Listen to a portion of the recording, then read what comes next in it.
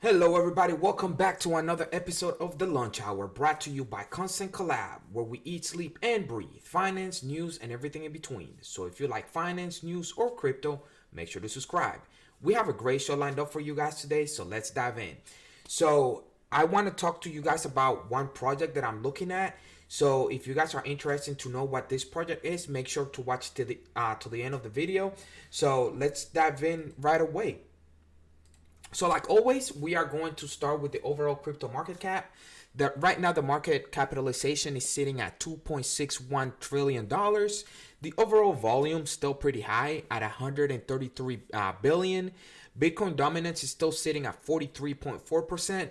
And then Ethereum is sitting at 19.1. Ethereum actually has been ticking down slowly since last week. I think the highest it reached was 1 point or 19.8. So it was, knocking at the door of 20%, but it's been ticking down slowly. I think the other alt outside of Ethereum, they've been, gaining on the market cap. But if we're going to see 100,000 plus Bitcoin, I think the dominant has to go over 50%. So right now, Bitcoin is sitting at the psychological support of 60,000. It's actually at 6316. It's pretty much flat for the day, 0.5%, but it's down 12% for the week. Ethereum's also down 12.5% for the week. 10% on Binance Coin. Literally everything is, it's down double digits. Except for Shiba Inu. Shiba Inu, it's been hit hard. Last week it was rough for Shiba Inu. It was down almost 50% from the highs. But right now it's, the last 7 days is down 5.5%. So yeah, pretty much everything. Chainlink is down 22% on the 7 day period. So, these are definitely buying opportunities if you're looking to DCA your way into other projects and whatnot, or into new projects. Vision is down 20% from in the 7 day period. Axie Infinity is down 10%. So yeah, pretty much everything is down double digits, 10+%. So the market is getting hit pretty hard. It's been hit pretty hard in the past week or so.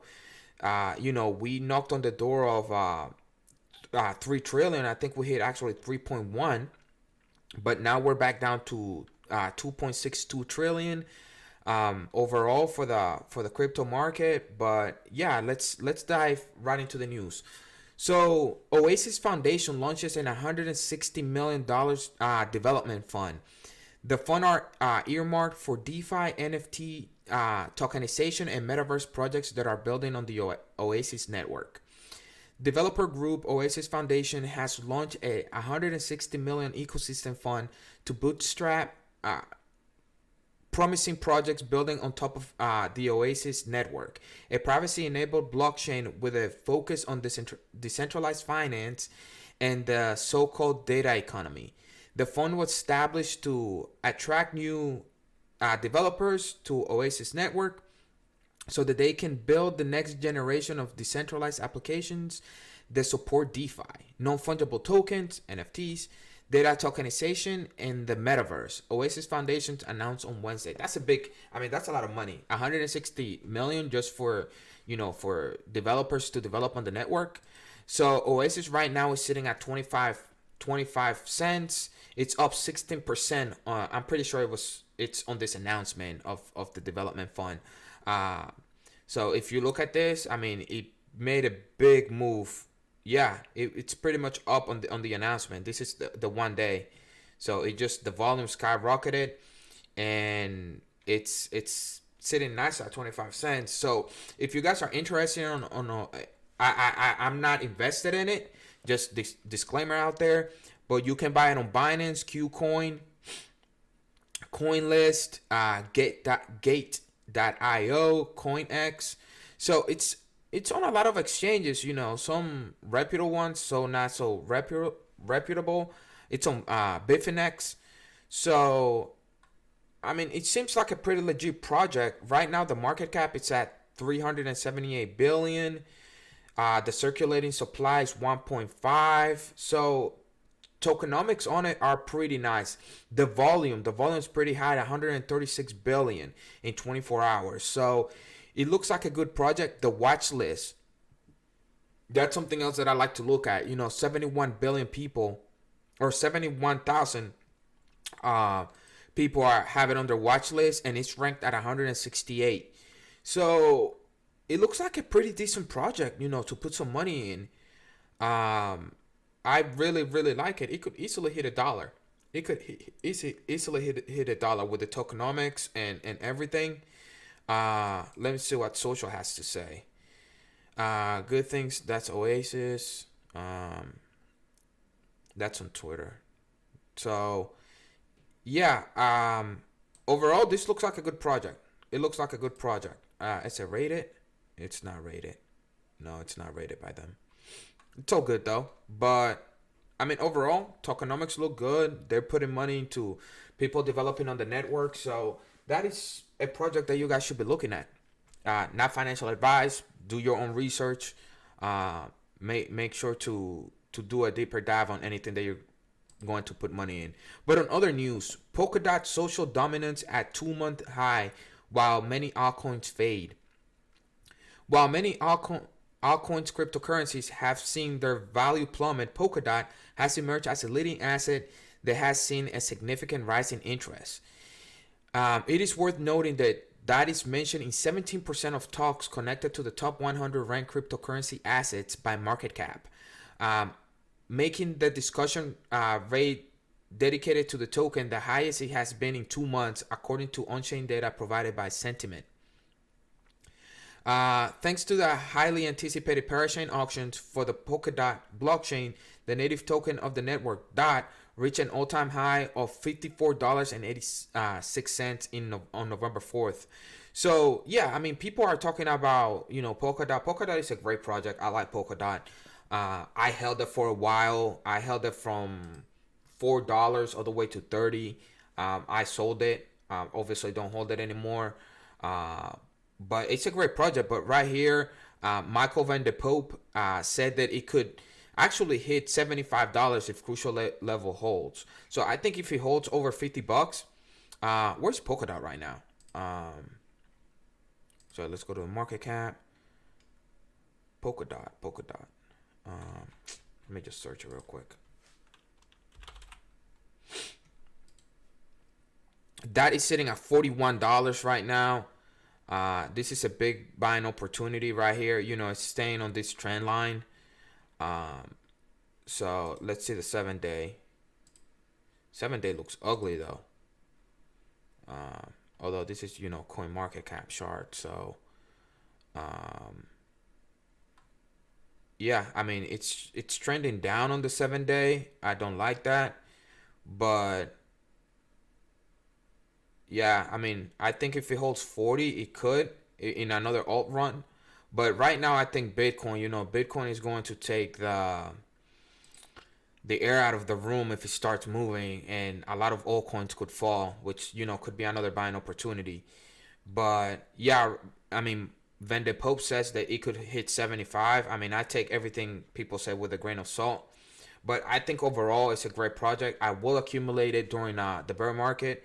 That's on my list. I'm creating a list of top 10 projects that I'm going to focus on during the bear market. And DOT is definitely one of them. Really like it. And then the third largest bought 99 million worth of BTC below 60K. Following the cryptocurrency's fall below the psychological support level of 60,000, the third largest Bitcoin whale fetched another 1,647 BTC on November 17th. The amount rounds up to approximately almost 99 million in the last 5 days. The whale added a total of 2,977 BTC. Buying the dip.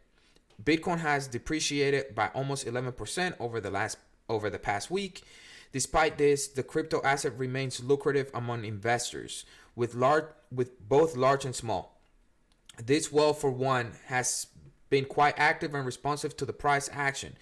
They were on an accumulation spree over the past couple weeks, but changed their tone at a near peak level, sold at 1,500 BTC, and that's normal. especially for whales to take profit at new all-time highs and stuff like that. So don't get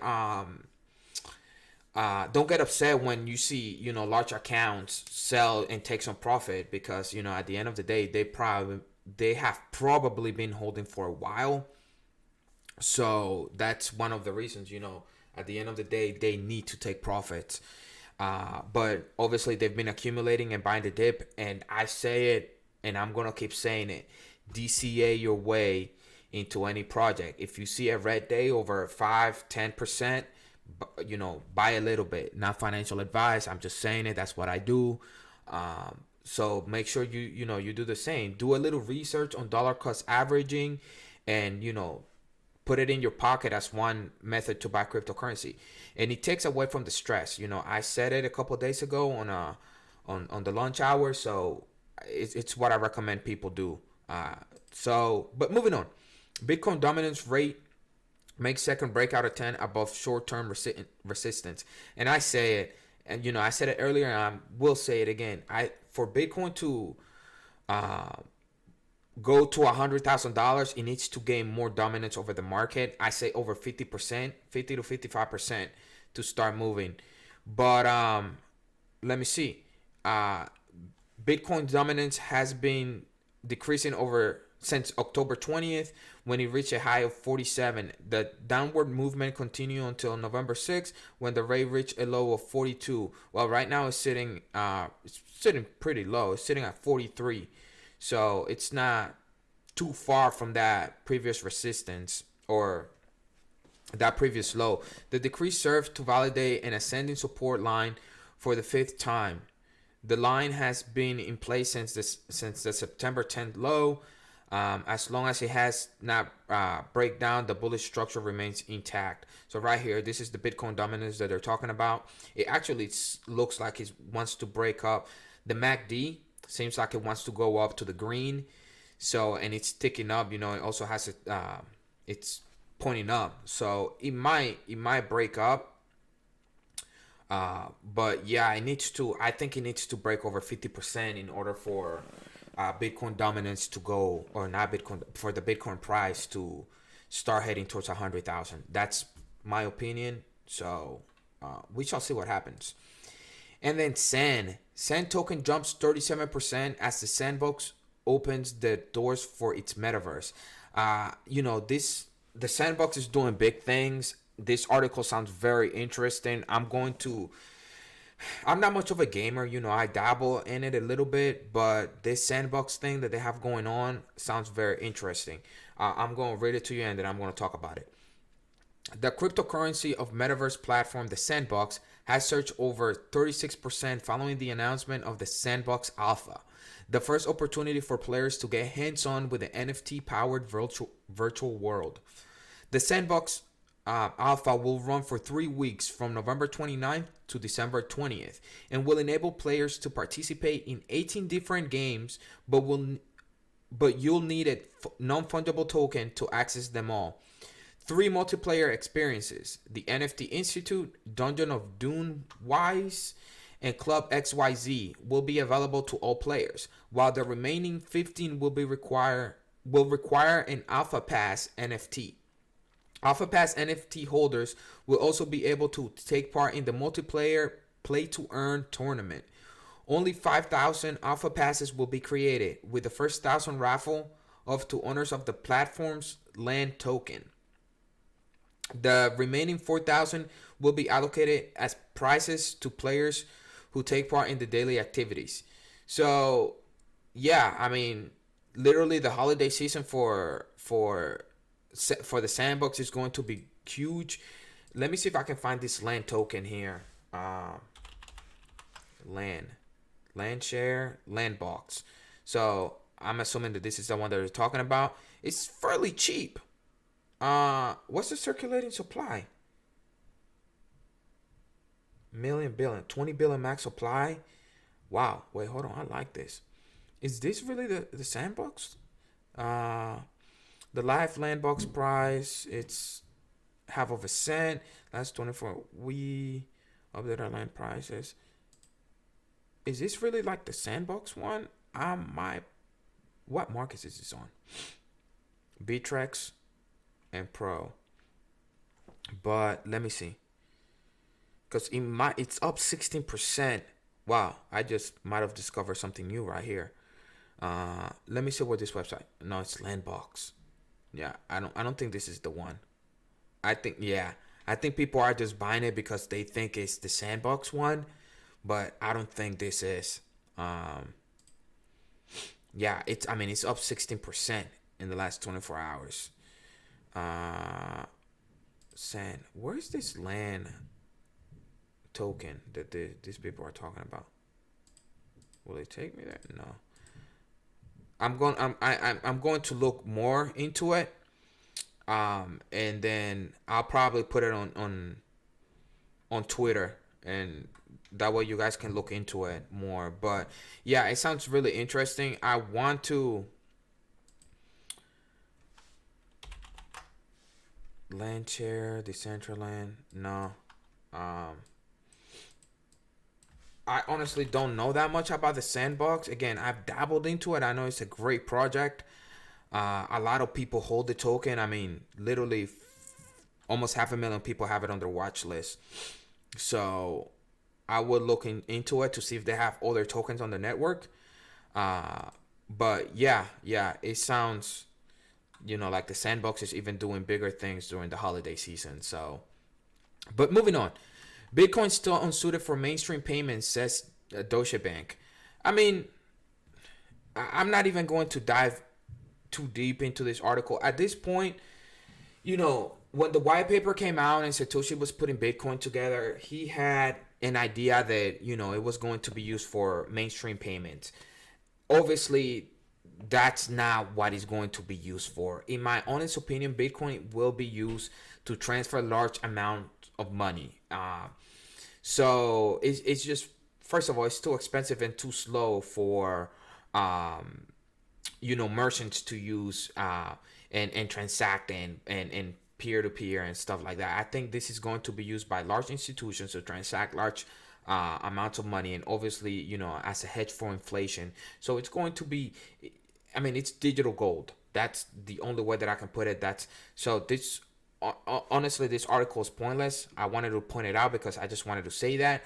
But yeah, in reality, yes, the initial intention for Bitcoin was to be the people's money and for people to transact in it. Obviously, that's not the case anymore. So that's where we are. But on other news, the ECB links crypto yield chasing to market vulnerability concerns amid rising inflation. The European Central Bank has listed the crypto market among other pockets of its sovereigns. That it says could exacerbate possible financial market downturns if economic recovery plans fail to live up to expectations. This warning is part of the ECB's November Financial Stability Review published on Wednesday.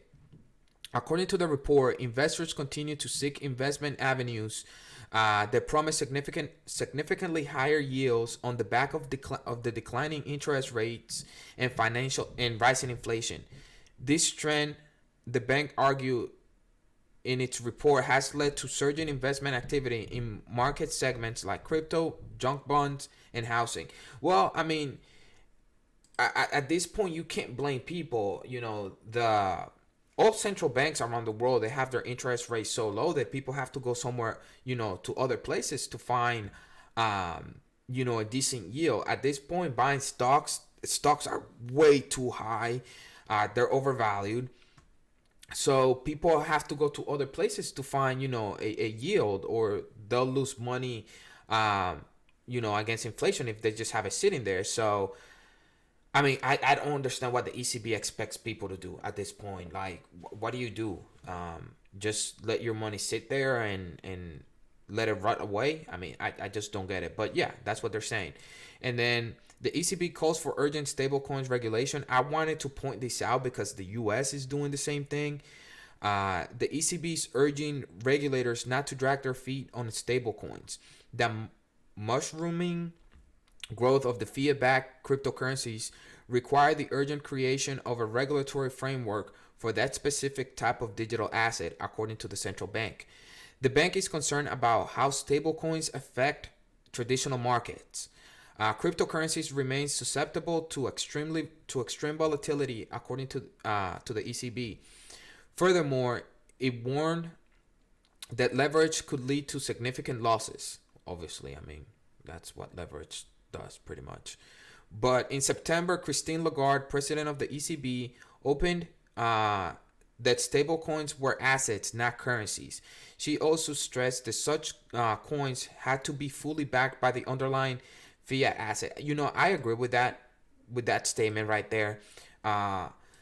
Tether is the biggest stablecoin out there, but they came out, Bitfinex or whoever it is that owns Tether. They said that only 90% or 80% are actually backed by the U.S. dollars. The other part is into like other assets and stuff like that. And I understand why they do that. It's to mitigate risk when you have such a large asset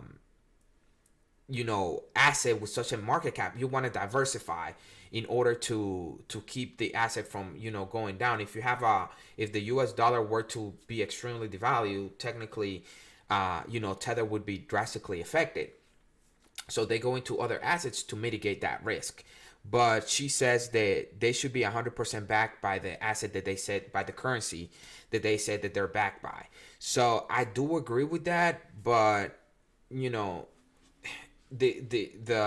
owner of the asset can actually make another argument that they do it to mitigate risk. But what can you do? And then the iconic Staples Center, home of the Los Angeles Lakers, changing its name to Crypto.com. I'm not going to go over the entire article, but Crypto.com signed a $700 million naming right agreement. The announcement, the name change will become effective on Christmas Day, December 25th.